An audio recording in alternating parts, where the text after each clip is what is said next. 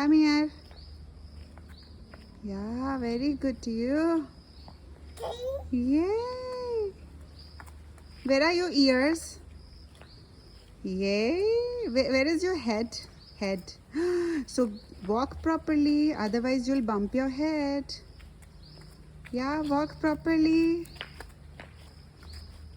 Very good. You like walking? Oh my god, Tia, these shoes are really helpful. Oh, it's okay. Very good. Good. You're a good girl. You're very brave too. Come. Come towards Mama. Let's walk. Yeah. Uh-oh, it has started to rain. We have to pack up and go. Bye-bye. Say tata. Say tata, everyone. Say tata, everyone. Tia. Hello, Tia. Where are you going? Puttar, come here. Yay. Let's go. Oh, what did you find? A leaf? It's a leaf. It's a green color leaf. A green color leaf. Yeah. Come, aajo. Come. Get up. Get up and dance. Get up and dance. Get up and walk. Yay. Come. Very good. Hello moms and dads, I am Mansi. I am a homemaker and a mother of two. Welcome to my channel Tia and Dev. आज की इस video में हम baby के different development stages के बारे में बात करेंगे। आई होप आपको मेरी टिया की फ़र्स्ट रोड वॉक पसंद आई होगी। टिया एक बहुत ही क्यूरियस बच्ची है, उसे एक्सप्लोर करने में बड़ा मज़ा आता है और कुछ टिप्स एज पेरेंट्स हमने फॉलो की है जिसकी वजह से वो 10 महीने से पहले ही चलने लग गई। लेकिन मैं यहाँ एक डिस्क्लेमर देना चाहूँगी, सब बच्चे एक दूसरे से बिल्कुल डिफरेंट होते हैं। ज़रूरी नहीं है जो बातें एक बच्चे पे असर करे वो दूसरे पे भी करे। अगर मैं अपने बेटे देव की बात करूँ तो उसने अपने फर्स्ट स्टेप्स फर्स्ट बर्थडे के बाद ही लिए थे। चलने का जो टाइमलाइन होता है वो 9 से 14 महीने के बीच का होता है। कई बच्चे 9 महीने में शुरू कर देते हैं तो कई बच्चे 14 महीने के बाद भी चलना शुरू करते हैं। हमें घबराना नहीं चाहिए। टिप नंबर 1, मैं अक्सर न्यू मम्स एंड डैड्स को काफ़ी कंफ्यूज देखती हूँ उनके बच्चों की ग्रोथ को लेकर, क्योंकि वो लोगों की बातों में आ जाते हैं कि उनका बच्चा तो क्रॉल करना शुरू कर दिया है, हमारे बच्चे ने तो अभी तक बैठना भी शुरू नहीं किया है। तो पेरेंट्स काफ़ी स्ट्रेस में आ जाते हैं, जिसको ओवर प्रेशराइज कर देते हैं, ओवर प्रैक्टिस कराने लगते हैं, जिससे कि कोई फ़ायदा तो होगा नहीं बल्कि नुकसान हो जाएगा। बच्चा डिमोटिवेटेड फील करेगा, थक जाएगा और चलने के लिए आनाकानी करेगा। लेकिन हाँ, अगर आपका बच्चा 18 महीने का हो गया है और सपोर्ट से खड़े होने में उसे दिक्कत लग रही है, देन आई सजेस्ट आपको बच्चे के पीडियाट्रिशियन से एक ओपिनियन ले लेना चाहिए। चलिए अब बात करते हैं बेबी डेवलपमेंट के डिफरेंट माइलस्टोन। तो सबसे पहले बारी आती है पलटने की, यानी रोल ओवर, जिसका टाइमलाइन है 4 से 6 महीने। कुछ बच्चे 4 महीने पे पलटना शुरू कर देते हैं तो कुछ 6 महीने पे। टिप नंबर 2, हमें बच्चों को टमी टाइम देना चाहिए, बहुत ज़रूरी है। कई न्यू मम्स ना बड़ी ही ज़्यादा पोजेसिव हो जाए, टमी टाइम नहीं देती, उन्हें लगता है वॉमिट आ जाएगी, बच्चे को पेन हो रहा है, क्योंकि शुरुआत में बच्चा थोड़ा सा डिस्कम्फर्ट तो फील करता है। टमी टाइम मैं बता देती हूँ उन लोगों को जिनको नहीं पता है। टमी टाइम का मतलब है पेट के बल लिटाना बच्चे को। आप अपनी लैप पे भी लिटा सकते हैं, नीचे बेड पे भी लिटा सकते हैं। बेड पे ज़्यादा कंफर्टेबल होता है लिटाना, बट उल्टा करके लिटाना, ताकि बच्चा अपनी गर्दन पे कंट्रोल लेके आ सके। आपने देखा होगा बच्चे की गर्दन इधर उधर हिलती रहती है आगे पीछे, उसमें कोई कंट्रोल नहीं होता है। बट जैसे जैसे आप टमी टाइम की गर्दन पे काफ़ी अच्छा कंट्रोल आए और वो जल्दी पलटना और बैठना भी शुरू कर दे। बच्चे को फीड के तुरंत बाद आप प्लीज़ टमी टाइम नहीं दीजिए, बच्चे को वॉमिटिंग आ सकती है। कम से कम 45 मिनट्स का गैप ज़रूर होना चाहिए। तो अब अगला सवाल आता है, बच्चा बैठना कब शुरू करेगा? बच्चा 5 से 9 महीने के बीच में कभी भी बैठना शुरू कर सकता है। जैसे ही बच्चे की गर्दन में एक सपोर्ट आ जाता है, आपका बच्चा बैठने के लिए रेड पिल्लोज़ का सपोर्ट दे सकते हैं, अपने हाथों से बच्चे के बैक को सपोर्ट दे सकते हैं। बेसिकली बच्चे को थोड़ा टाइम बैठाइए। टिप नंबर 3, बच्चे को बेबी मसाज ज़रूर करिए। वैसे तो हमारे देश में ये प्रचलन ही है, बच्चा पैदा होते ही हम मालिश वाली ढूंढने लग जाते हैं कि पैरों के तलवे की मालिश करना सबसे ज़्यादा ज़रूरी है, ताकि जब बच्चा अपना फर्स्ट स्टेप नीचे रखे तो उसे अनटच फील नहीं होना चाहिए, कुछ स्ट्रेंज फीलिंग नहीं आनी चाहिए। और यहाँ मैं एक और चीज़ आपको बताना चाहूँगी कि अपने बच्चों को टेक्सचर्ड सर्फेसेस पे चलना सिखाइए, ना कि सिर्फ हार्ड सर्फेसेस पे। जो आपके घर की टाइल्स या फ्लोरिंग है वो एक हार्ड सरफेस है।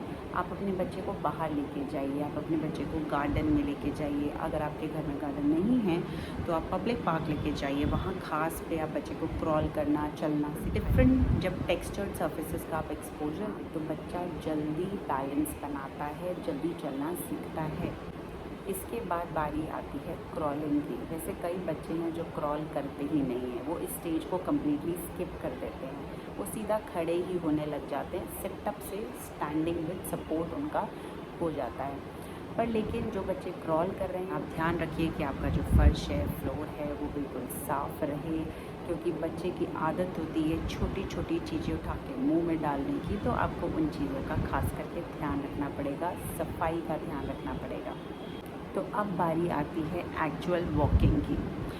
जब आपको दिखाई दे कि आपका बच्चा सपोर्ट लेके खड़ा होने की कोशिश कर रहा है, दैट्स द राइट टाइम। जब आपको अपने बच्चे को चलने के लिए मोटिवेट करना है। शुरुआत में आपसे 4 से 5 स्टेप्स ही सिखाइए, ओवर प्रैक्टिस नहीं कराना है, बच्चे को थकाना नहीं है।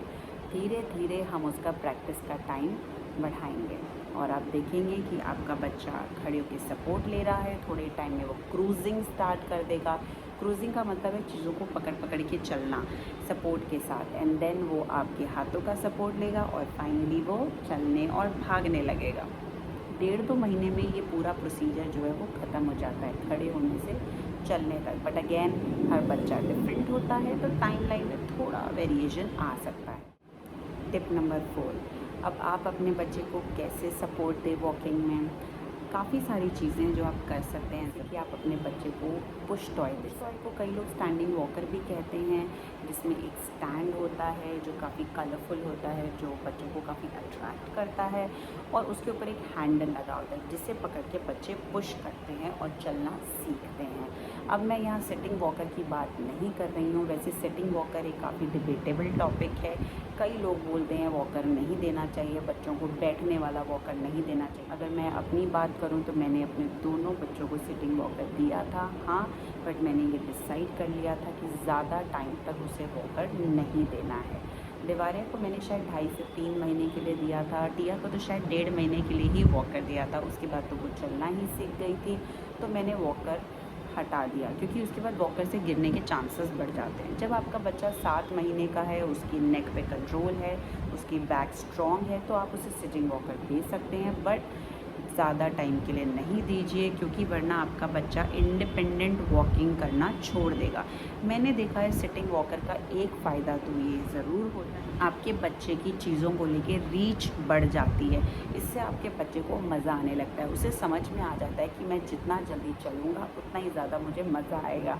तो ये चीज़ तो मैंने ज़रूर देखी है बच्चों में। और कुछ टाइम के बाद आप वॉकर हटा दीजिए, कम्प्लीटली गायब ही कर दीजिए अपने घर से, ताकि बच्चे को ना वॉकर दिखेगा और बच्चे में जो क्यूरियोसिटी है चलने की, चीज़ों को पकड़ने की, वो बच्चा अपने आप ही इंस्पायर्ड फील करता है चलने के लिए। अगर आप अपने बच्चे को स्टैंडिंग वॉकर देना चाहते हैं, वो डेफिनेटली एक बेटर ऑप्शन रहेगा, क्योंकि आजकल हम सभी न्यूक्लियर फैमिलीज़ में रहते हैं, पे आप लोगों के पास लोग बच्चों को पकड़ के प्रैक्टिस कराने के लिए ज़्यादा लोग नहीं होते हैं, तो आपको उन्हें वॉकर का सपोर्ट देना ही पड़ता है। एंड स्टैंडिंग वॉकर आप तभी दीजिए जब आपका बच्चा 2 से 3 स्टेप लेना ऑलरेडी शुरू कर चुका है, वो बेस्ट टाइम होता है स्टैंडिंग वॉकर देने का। और भी कई तरीके हैं बच्चे को सपोर्ट देने के, जैसे कि आप टॉवल का एक एंड खुद पकड़िए, दूसरा एंड बच्चे को पकड़ाइए, या आप चेयर्स और सोफ़ाज़ को पैरेलली या एक लाइन में अरेंज करके रखिए, ताकि बच्चा उसे पकड़ के चलना अपने आप सीख जाएगा। एंड फाइनली आप अपने हाथों से पकड़ के बच्चे को चलना सिखा सकते हैं, और उसके बाद में बच्चा खुद चलने लग जाता है। टिप नंबर 5, अगर आपके बच्चे ने 2-3 कदम लेने शुरू कर दिए हैं, तो आप बच्चे के फेवरेट टॉयज़ उसके आसपास रखिए। सपोर्ट टॉयज़ जिन्हें हम बोलते हैं। इससे बच्चे को मेंटली काफ़ी मोटिवेशन फील होती है कि मुझे उस टॉय को उठाना है और बच्चा चलने की पूरी कोशिश करेगा। टिप नंबर 6, आप कोशिश करिए आपका बच्चा बेयरफुट ही चले। बेयरफुट यानी नंगे पाँव। इससे बच्चे को ग्रिप समझने में, पकड़ने में, अपना बैलेंस बनाने में काफ़ी आसानी रहती है। अगर आप बच्चे को बाहर लेके जा रहे हैं तो आप उन्हें कंफर्टेबल शूज़ ज़रूर पहनाइए जो लाइट वेट हों, फ्लेक्सिबल हों। अगर आप डेकोरेटिव शूज़ अपने बच्चे को पहनाते हैं तो चलते वक्त प्लीज़ वो शूज़ रिमूव कर दीजिए। आप उन्हें सॉक्स पहना सकते हैं जो एंटी स्किड सोल वाली हो, और या फिर आप उन्हें नंगे पाँव ही रखिए जब तक आपका बच्चा चलने नहीं लग जाता है। इस वीडियो के एंड में आप देखेंगे कैसे टिया के डैडी उसे घास पे चलना सिखा रहे हैं। वेल फ्रेंड्स, आई होप आप सबको टिया का फर्स्ट ब्लॉग ज़रूर पसंद आया हो। मैं बहुत जल्द एक और वीडियो लेके आने वाली हूँ मेरे बेटे देव के साथ, जो खास करके उन पेरेंट्स के लिए है जो अपने बच्चों को मोबाइल से निकाल कर पौधों से दोस्ती कराना चाहते हैं। आपको इस चैनल पे बहुत सारी प्यारी प्यारी वीडियोस देखने को मिलेंगी जो एंटरटेनिंग होने के साथ साथ काफ़ी इन्फॉर्मेटिव भी होंगी। मेरे टिप्स एंड ट्रिक्स आपको हमेशा मिलते रहेंगे। ये उन न्यू मम्स एंड डैड्स के लिए हैं जो काफ़ी परेशान हो जाते हैं कि बच्चों की इन प्रॉब्लम्स को कैसे सॉल्व किया जाए। तो बने रहिए मेरे चैनल के साथ। And if you like this video then please like, share and subscribe. आप अपनी ओपिनियंस एंड सजेशंस मुझे ज़रूर दीजिए। अगर किसी स्पेशल टॉपिक पे आपको वीडियो चाहिए, I would love to do for you guys. Please comment section में ज़रूर मेंशन करिए एंड डू सब्सक्राइब। इससे मुझे मोटिवेशन मिलेगी नई वीडियोस लेके आने के लिए। Thank you so much everyone. Stay positive and stay happy. Bye bye.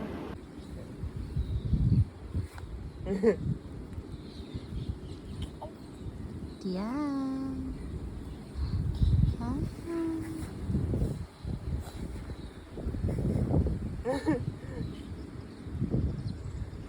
मजा आता है घास पे पाँव रख के ना।